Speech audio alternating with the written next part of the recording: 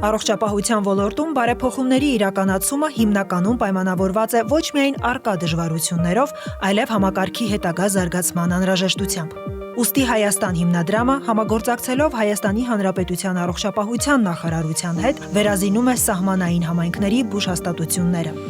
Հիմնադրամի շնորհիվ Գեղարքունիքի մարզի Լճապ համայնքն այժմ ունի նոր արդի չափորոշիչներին համապատասխան բուժամբուլատորիա, որի համապատասխան բժշկական սարքավորումներն ու պարագաները տրամադրվել են Հայաստանի Հանրապետության առողջապահության նախարարության կողմից։ Բուժամբուլատորիան կսպասարկի Լճապ գյուղի եւ հարակից 3 համայնքների Հայրավանքի, Բերդկունքի եւ Ծովազարդի 4000 բնակչի,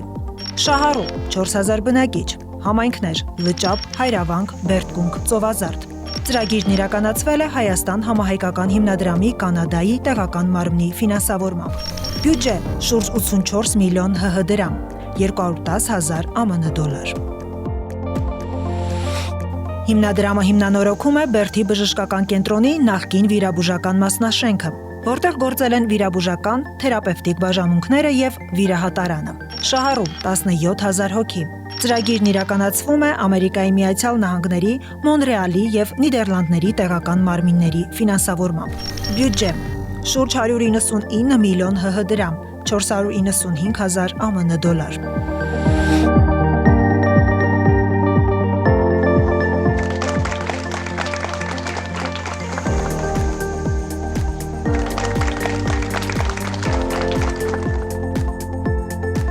Հիմնադրամը վերակառուցել է նաև նոյեմբերյանի Նասիբյանի բժշկական կենտրոնի ինֆեկցիոն մասնաշենքը, ապահովելով մասնաշենքում ինֆեկցիոն եւ մանկական բաժանմունքների գործառնությունը։ Նշենք, որ 2009-2010 թվականներին Հայաստան համահայկական հիմնադրամի միջոցներով վերանորոգվել է հիվանդանոցի գլխավոր մասնաշենքը եւ հագեցվել նոր սարքավորումներով։